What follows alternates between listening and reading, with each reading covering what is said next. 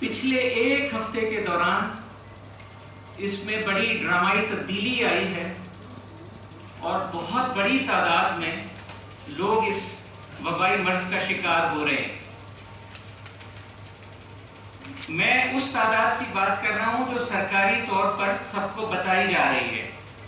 جبکہ یہ بھی حقیقت اپنی جگہ پر ہے کہ حقیقی تعداد جو ہے وہ اس سے کہیں زیادہ ہے۔ تو سرکاری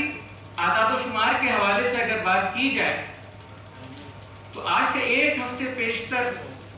جو کورونا کے مریض تھے وہ 6000 کے لگ بھگ تھے، اور یہ 6000 جو کیسز تھے ایک ماہ کے عرصے میں سامنے آئے تھے۔ لیکن اس ایک ماہ کا عرصہ پورے ہونے کے بعد جو پچھلا ہفتہ گزرا ہے اس میں یہ تعداد 2 گنا ہو چکی ہے اور 6000 مزید افراد کورونا انفیکشن کا شکار ہو چکے ہیں۔ تو صرف اس ایک ہفتے میں آپ کہہ سکتے ہیں کہ 6000 کے لگ بھگ افراد اس وبائی مرض میں مبتلا ہوئے ہیں۔ اس موقع پہ میں مناسب سمجھتا ہوں کہ کچھ خوش گمانیاں یا وشفل تھنکنگ جو پاکستان میں اور ہماری قوم میں پائی جاتی ہے اس کا تھوڑا سا میں وضاحت کر دوں اور اس کا ہمیں سدباب کرنے کی ضرورت ہے۔ ہم لوگ عمومی طور پر بنی اسرائیل کی طرح یہ سمجھتے ہیں کہ ہم اللہ تعالیٰ کے بہت چہیتے لوگ ہیں، ہم وہ لوگ ہیں جن کو اللہ تعالیٰ نے سلیکٹ کر لیا ہے، منتخب کر لیا ہے، اس لیے اس قسم کے وبائی امراض جو ہے وہ ہمارے قریب نہیں پھٹکیں گے۔ اس غلط فہمی کو دور کرنے کی ضرورت ہے۔ اور دوسرا ایک اور غلط فہمی اور بڑی شدت کے ساتھ ہمارے یہاں موجود ہے کہ یہ جو مرض ہے اس کی پاکستان میں شدت بہت کم ہے اور اس کے بڑھنے کا تناسب بھی پاکستان میں کم ہے۔ اس غلط فہمی کو بھی دور کرنا چاہیے۔ یہ بات ٹھیک ہے کہ ہماری جو ایک مہینے کے دوران صورتحال رہی، اگر آپ اس کا موازنہ اٹلی سے، اسپین سے یا انگلینڈ سے کریں یا چائنا سے کریں، اور سب سے بڑھ کر اگر امریکہ سے اور بطور خاص نیو یارک سٹی سے کریں، تو بلا شبہ ہماری صورتحال بہتر رہی ہے، بہت بہتر رہی ہے۔ اور اس کی بہت بڑی وجہ یہ تھی کہ ہماری حکومتوں نے، جس میں سندھ حکومت بھی شامل ہے اور مرکزی حکومت بھی شامل ہے، انہوں نے ابتدائی طور پر اچھے اقدامات اٹھائے۔ لاک ڈاؤن کیا گیا سندھ میں بھرپور انداز میں اور مرکز کے بھی تحت، تو اس کا یہ نتیجہ نکلا کہ یہ بیماری اتنی شدت کے ساتھ پاکستان میں نہیں پھیلی۔ لیکن اب جو صورتحال پچھلے ایک ہفتے میں سامنے آئی ہے، یہ صورتحال بہت خطرناک ہے، چونکا دینے والی ہے، ہم سب کو ڈرانے والی یہ صورتحال ہے کہ ایک ہفتے میں یہ سارے جو اس وبا سے متاثرہ لوگ ہیں ان کی تعداد 2 گنا ہو چکی ہے۔ اور اب اگلی صورتحال یہ بنتی نظر آ رہی ہے کہ ہمارے ہسپتالوں کی جو گنجائش یا کیپیسٹی ہے وہ جواب دیتی نظر آ رہی ہے، جبکہ اس وبا نے اپنی انتہا کو ابھی تک چھوا نہیں ہے۔ اور اس بات کا امکان موجود ہے، WHO کے جو صدر ہیں انہوں نے بھی اس طرف توجہ دلائی کہ اگلے 2 ماہ میں پاکستان میں اس وبا سے متاثرہ لوگوں کی تعداد 2 لاکھ تک جا سکتی ہے۔ ابھی 12000 افراد پہ یہ صورتحال ہے کہ ہمارے ہسپتال جو یہ سہولت فراہم کر رہے ہیں، ان مریضوں کا علاج کر رہے ہیں، ان کی گنجائش ختم ہونے کے قریب ہے۔ اور بطور خاص وہ مریض کہ جن کو انتہائی نگہداشت کی ضرورت ہوتی ہے، جن کو کریٹیکل کیئر کی ضرورت ہوتی ہے، جنہیں ICU میں منتقل کرنا ہوتا ہے اور وہاں پر انہیں وینٹیلیٹر پہ ڈالنا ہوتا ہے،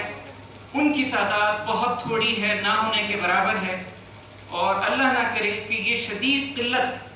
ہمیں اس مقام پر لے جائے کہ ہم یہ فیصلہ کرنے میں دشواری محسوس کریں کہ یہ 2 مریض جو انتہائی شدت کے ساتھ اس مرض میں مبتلا ہیں، کس کے لیے ہمیں وینٹیلیٹر استعمال کرنا چاہیے اور کس کو وینٹیلیٹر کے بغیر ہمیں مرنے کے لیے چھوڑ دینا چاہیے۔ یہ صورتحال بنتی نظر آ رہی ہے۔ یہ اٹلی اور اسپین میں اور نیو یارک میں ہوئی ہے، اور پاکستان میں بھی اس کا خدشہ موجود ہے، اس کا ہمیں تدارک کرنا چاہیے۔ پھر ایک اور جو خطرناک چیز ہمارے سامنے آئی ہے وہ یہ ہے کہ جو طبی عملہ ہے، جس میں ڈاکٹرز بھی شامل ہیں، نرسز شامل ہیں، پیرامیڈیکل اسٹاف شامل ہے، اس اسٹاف کے اندر بھی بڑی تعداد میں کرونا وائرس کی تشخیص ہو رہی ہے۔ اور اس کی وجہ یہ ہے کہ ہمارے پاس پورے طور پر حفاظتی انتظامات جو ہیں ان کا اہتمام نہیں ہو پا رہا ہے، اور اس وجہ سے ڈاکٹرز بڑی تعداد میں اس مرض کا شکار ہو رہے ہیں۔ اس وقت پاکستان میں 200 سے زیادہ افراد جو کہ طبی عملے سے تعلق رکھتے ہیں وہ اس مرض میں مبتلا ہو چکے ہیں، اور ان میں 100 کے لگ بھگ ڈاکٹرز ہیں، اور آپ کے علم میں ہوگا کہ کئی ڈاکٹرز اس مرض کی وجہ سے انتقال کر چکے ہیں۔ ہمارے پیما سے تعلق رکھنے والے کراچی کے ڈاکٹر عبدالقادر سومرو جو الخدمت ہسپتال کے MS تھے، ان کا بھی اسی بیماری کی وجہ سے انتقال ہوا ہے۔ تو اس معاملے میں بہت زیادہ احتیاط کی ضرورت ہے۔ تو بحثیت مجموعی جو کرٹیکل سچویشن ہے، یا جسے آپ گھمبیر صورتحال کہہ سکتے ہیں، وہ یہ ہے کہ آپ اچھی طرح جانتے ہیں کہ اس مرض کا کوئی حتمی علاج موجود نہیں ہے، اور دوسری طرف ہسپتالوں کی گنجائش ختم ہو رہی ہے۔ تو اس صورت میں ہمارے سامنے واحد حل جو رہ جاتا ہے وہ یہی ہے کہ زیادہ سے زیادہ احتیاطی تدابیر اختیار کی جائیں، اور ان احتیاطی تدابیر میں جو سب سے اوپر ہے وہ لاک ڈاؤن ہے۔ گورنمنٹ کی طرف سے اب یہ اشارے مل رہے ہیں کہ ایک اسمارٹ لاک ڈاؤن گورنمنٹ جو ہے متعارف کرا رہی ہے۔ یہ اسمارٹ لاک ڈاؤن جو ہے نا، سچی بات یہ ہے کہ پاکستان کے ماحول کے لحاظ سے مطابقت نہیں رکھتا۔ ہمارا جو لوگوں کے پڑھے لکھے ہونے کا تناسب ہے، جو لٹریسی ریٹ ہے، وہ بہت کم ہے، اور گورنمنٹ جس انداز کا اسمارٹ لاک ڈاؤن یہاں لانا چاہ رہی ہے، لوگ اس کی پابندی شاید نہیں کر سکیں گے، اس کی پابندی کرنا عملی طور پر ممکن نہیں ہے۔ تو ہم چاہتے ہیں، ہماری یہ خواہش ہے ڈاکٹرز کی، ان کی نمائندہ تنظیموں کی، کہ سخت قسم کا لاک ڈاؤن ہونا چاہیے۔ اسمارٹ لاک ڈاؤن سے گزارا نہیں ہوگا، اور جو عوام الناس ہیں ان کی یہ ذمہ داری بنتی ہے کہ وہ تمام اداروں کے ساتھ، چاہے وہ ہسپتال ہوں یا دوسرے ادارے ہوں، ان کے ساتھ تعاون کریں، اور جو سخت قسم کے حفاظتی اقدامات ہیں ان کو جاری رہنا چاہیے۔ اور یہ جو میں سخت لاک ڈاؤن کی بات کر رہا ہوں، یہ کم از کم مزید 2-3 ہفتوں کے لیے ہونا چاہیے، جس میں آمد و رفت پہ شدید پابندی ہونی چاہیے اور شدید احتیاط ہونی چاہیے۔ اس معاملے میں بطور خاص ہمیں تجارتی جو طبقہ ہے اس کا تعاون بھی چاہیے ہوگا، اس لیے کہ بظاہر ایسا محسوس ہوتا ہے کہ اس طبقے کی جانب سے جو مطالبات ہو رہے ہیں اور جو حکومت کے اوپر دباؤ ڈالا جا رہا ہے، اس دباؤ کے زیر اثر حکومت یہ لاک ڈاؤن میں نرمی کرنا چاہتی ہے، اور اسمارٹ لاک ڈاؤن جو ہے اس کو متعارف کرانا چاہتی ہے۔ تو ہمارے خیال کے مطابق تجارتی طبقے کو اس معاملے میں تھوڑا استقامت کے ساتھ اور صبر سے کام لینا چاہیے۔ پورے ملک کی بقا اسی میں ہے کہ سخت قسم کا لاک ڈاؤن جو ہے اس کا سلسلہ جاری رہے۔ ایک اور جو معاملہ ہے اور جس کا ہم سب کو خیال کرنے کی ضرورت ہے